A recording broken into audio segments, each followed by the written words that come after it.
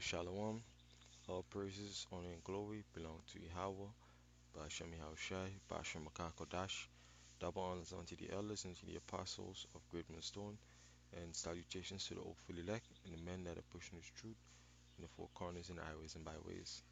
Alright, um, once again, all praises, honor, and glory belong to Yahweh, Ba'ashem Yahushai. Now, this is Brother Yakar once again, and this lesson gonna be touching on, you know, how cruel or how wicked uh, Esau is. All right, how cruel and how wicked Esau is. See, so this is an article, um, published today, right, in today's newspaper, the Kaitra newspaper, and it's entitled "All Oil Production Vessels to Employ Just a Few Locals." All right, now as we all know, um, Guyana, all right, is set to start oil production in the year 2020. You see? Now, this reads, it says, Guyana's world-class offshore basin is set to hold over 6.6 billion barrels of oil and gas, and according to S Corporation, which owns a 30% interest in the Stabroek Block, those oil and gas resources increase the potential for Guyana to have not just three but five floating production storages and offloading vessels. All right. Now it says um, this picture by Hess Corporation has led some individuals to believe that hundreds of jobs would be available to Guyanese. You see, um, but the project reports from for the Starbrook block tells a complete different story. It says, in fact, fewer than 200 persons will be working on each FPSO during our production stage, and less than half of that workforce would be Guyanese.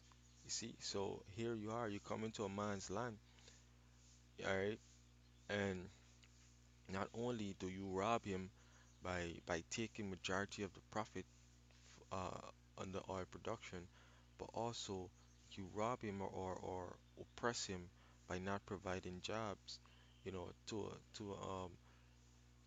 a place or to a country, so to speak, that is high in unemployment. All right, the Guyana is already high in unemployment, and here you are, you come into the land.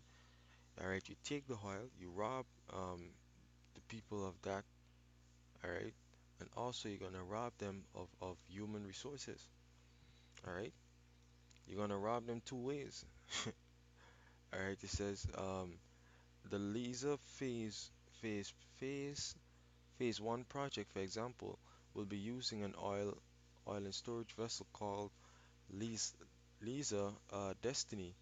It is designed to produce 100,000 to 120,000 barrels of oil per day, according to Exxon's project plan. Lisa Phase 1 is expected to employ 140 persons during production operations. The Energy Department head, Dr. Mark Baino, recently said that 25 Guyanese are being trained to be part of that workforce.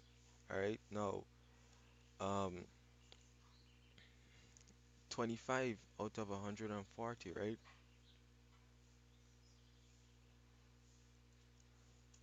That's literally 17%. All right, seven. Let's round it up to 18%. Now you have just 18% of Guyanese being employed on a vessel of 140 individuals. You see, just 18%, 25 individuals, and I bet that they won't get any proper jobs. All right, any jobs that are um, substantial, so to speak. It says as for part of Lisa Phase 2, the project plan notes that the oil vessel called Lisa Unity will be designed to produce 220 barrels of oil per day, Significantly, it will utilize less than 200 personnel during the production phase. And what you think? It's gonna be the same thing, alright? It's gonna be the same thing. It's gonna be where just 25 to 30 Guyanese gonna be employed on this ship. You see? Now, this article here, right, with this fella, what's his name? Anthony Paul, right, who was the expert behind developing the local content policy. Right now, in his local content policy that he was preparing for Guyana, all right, he went into how the people should all have jobs, and not only jobs, but the experts from America or Britain or wherever it is, they're supposed to teach and develop the locals, the Guyanese, to occupy certain roles. All right. However, they had this fella from Britain, all right, that came in and changed the entire local content policy, all right, to where it's all in favor of ExxonMobil. You see, and there was no sort of plan to develop the Guyanese. You see, and which clearly show you that is the people they are just about their own. They don't give a shit about anyone. All right, they're gonna take and take and take. You see, and when this land is left dry, all right, and they have no need for it, they're gonna leave. You see, that's why the scripture said, "Woe unto you that put your trust in man." All right, because when you see the way that these Guyanese speak of America and of Americans, all right, and of the so-called white man, especially the so-called white man, you see how they reverence and they bow down and they worship this bitch, and they're not seeing that this devil, all right, is all about himself. You see, and how much he will get and how much he can gain. You see, and how is it that you're for his profit? As long as you're for his profit, he gonna be good with you. But the minute that he has no need for you, he gonna leave you. You see? Now let me go on. It says, beware Guyana, measure local content by value, not volume. All right, and that's how niggas think. Niggas think that the more they have, they better off. They never look at value. Quantity is always better than quality to niggas. All right. Now it says, while the energy department is in the process of adding the finishing touches to the draft local content policy, there is one key rule that should not escape its attention. Measure the number of goods and services used as well as local employment by value and not by volume. All right? No, because they're gonna think, oh, it's a hundred barrels of oil per day, 100,000 barrels of oil per day. Just look at the revenue that Guyana is going to generate. All right? Yeah, that's how they'll think. All right? And the president of Guyana is a nigger. All right? A straight up sellout nigger, and nothing but a nigger. You see? It says this was recently noted by Paul, a Trinidadian local content expert. He made his revelation during a guest appearance on Kaito's radio's uh, Guyana's Oil and You program on Thursday evening. Alright, it says there the energy advisor said, I like to think of local content as something we can measure because if we can measure it, then we know how well we are doing. Alright, people often describe local content as the number of people employed, the number of companies engaged, but remember, every activity has to be budgeted for. As such, I like to think of local content in a monetary sense. I ask, what what is the value of inputs for the activities being carried out in the sector? All right, now, Um,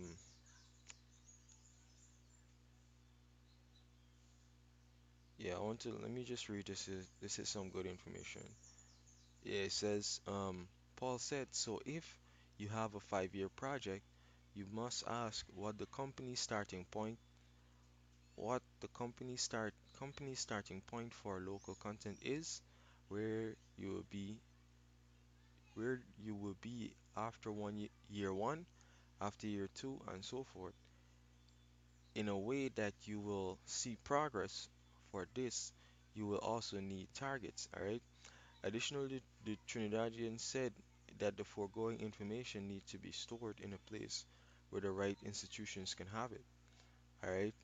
And then he goes into how, you know, if the University of Guyana, all right, have access to this information, then they can, put systems in place where they can have the right people trained, all right, or educated to hold certain posts, all right, to occupy certain jobs, all right, and also, certain businesses, certain local businesses, they too can start investing in creating certain sectors or businesses where they will occupy, all right, or use the gas and certain things, all right.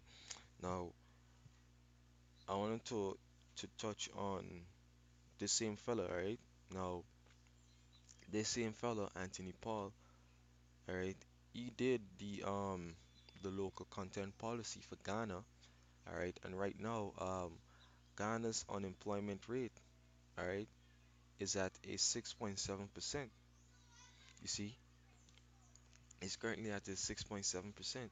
All right, and you know, um, it says here in 2017 it was 6.63%.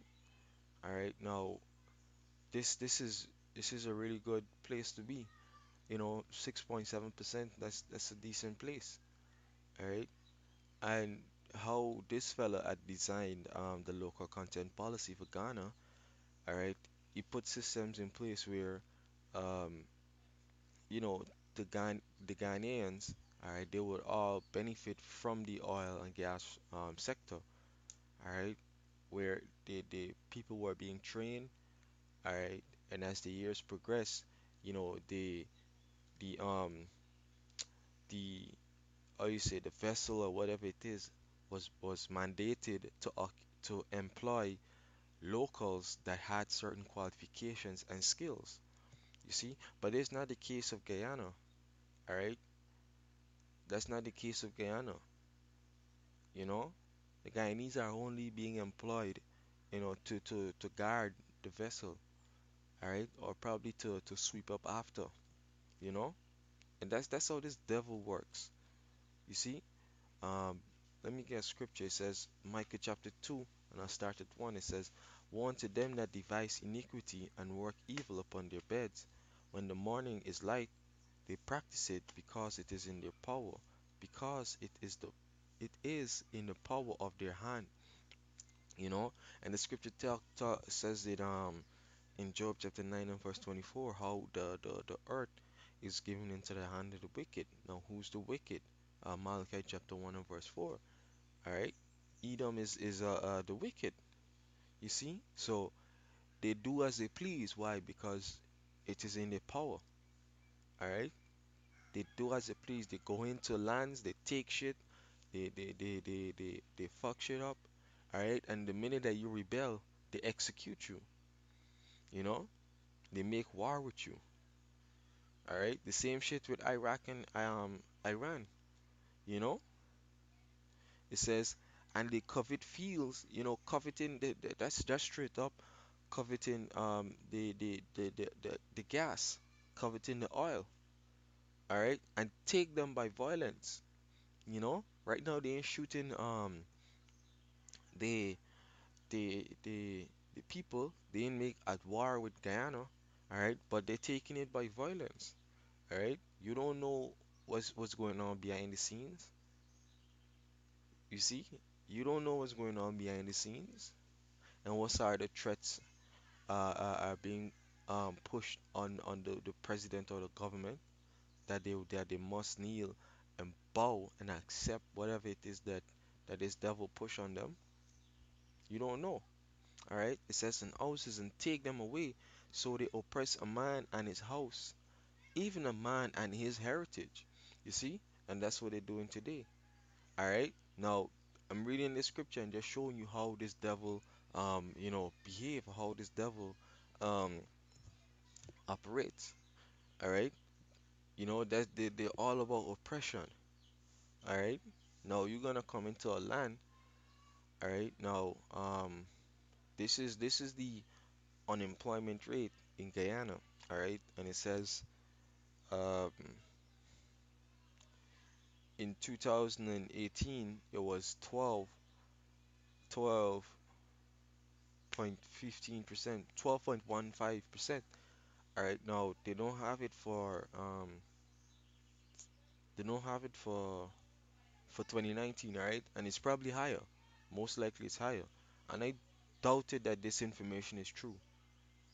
You know, I doubt that this information is accurate because when you look at the brain drain of Guyana, all right, that percentage is very high. All right, the minute that Guyanese get certain qualification, they leave this bastard land. They leave this place. Why? Because they're not getting jobs. All right. Now, when you look at the unemployment rate of America, um,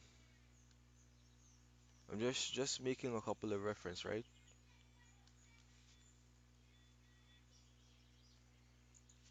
America, America. Now, the unemployment of America is said to be 3.7%.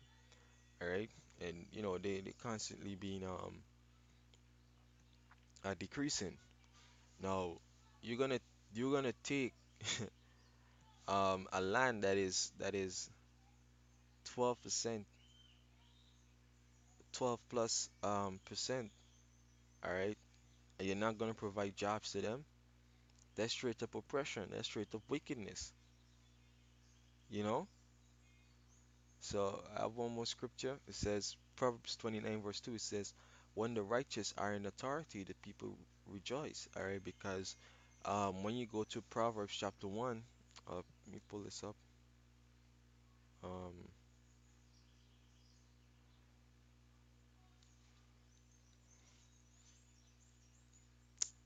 yeah, it says the Proverbs of Solomon, the son of David, king of Israel, to know wisdom and instruction, to perceive the words of understanding, to receive the instruction of wisdom, justice, judgment, and equity.